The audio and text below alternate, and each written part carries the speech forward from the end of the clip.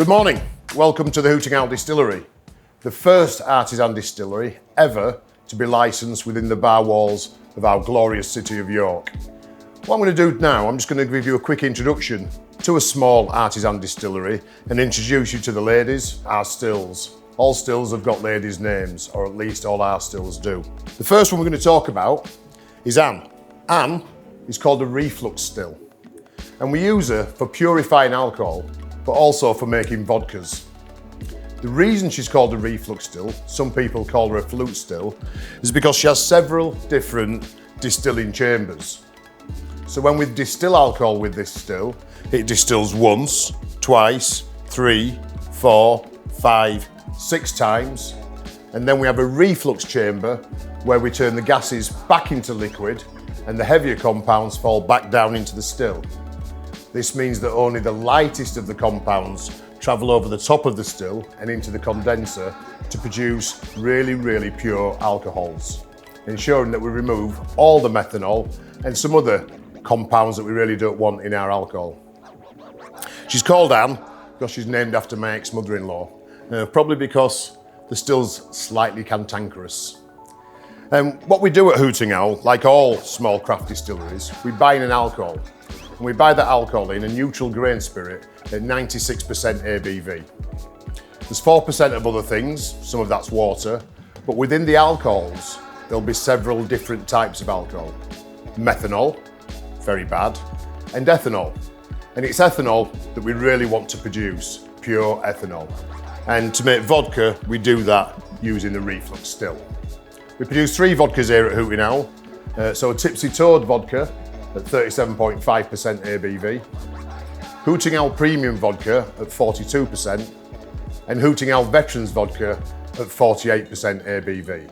The Veterans Vodka got 2 stars at the Great Taste Award, the Premium 1 star. Now once we've produced that vodka, or that pure alcohol, we then use that in this still, and we use that to make gin. And this still's called Lear. The reason she's called Lear, if you look, you'll see she's got 3 legs.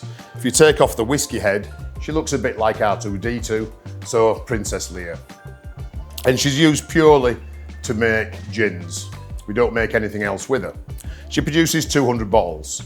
And what we do, we add the alcohol that we've just cleaned into that still.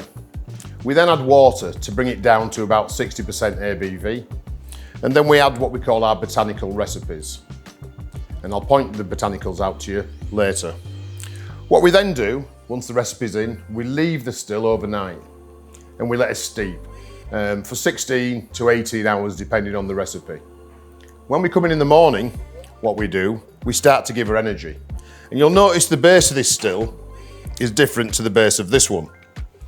And that's because this still has an element in it, a bit like a kettle element. This still is a copper kettle sat inside a stainless steel jacket, and the element is below the copper kettle, and this ensures that we don't burn the botanicals. And what we do is we superheat the steam within the jacket, and it's the steam that gently heats the alcohols. So what we do, we come in the morning, we give her a kiss, say good morning, and then we start applying energy. And when we get to about 63 degrees, we'll start seeing gases coming out of this nozzle. And those gases will be methanol. We've not yet reached the boiling point of ethanol, so those gases are methanol, and we call them heads. We continue to give her energy, and eventually it'll get to 77 degrees. At 77 degrees, we know what we've got coming through now is pure ethanol, the good stuff. But we wait. We wait for a couple more degrees. After a couple of degrees, we turn this tap, which you can't see, but we'll show you later. It changes the direction that the liquids move, so the gases travel up the whiskey head, past the thermometer, into this, which we call a shotgun condenser. We put cold water in, hot water out, that turns the gases into liquid, and out of here, we'll be getting gin, with an average of about 74% to 78% ABV. The still can be left then, controlling the energy so she doesn't overheat, and she can be left for about 3 or 4 hours, and over that 3 to 4 hour period, she'll produce over 200 bottles of Hooting Owl gin. She can only make one gin at a time, so we'll make Signature on a Monday, north, east, south, west as we go through the week to produce all our artisan gins.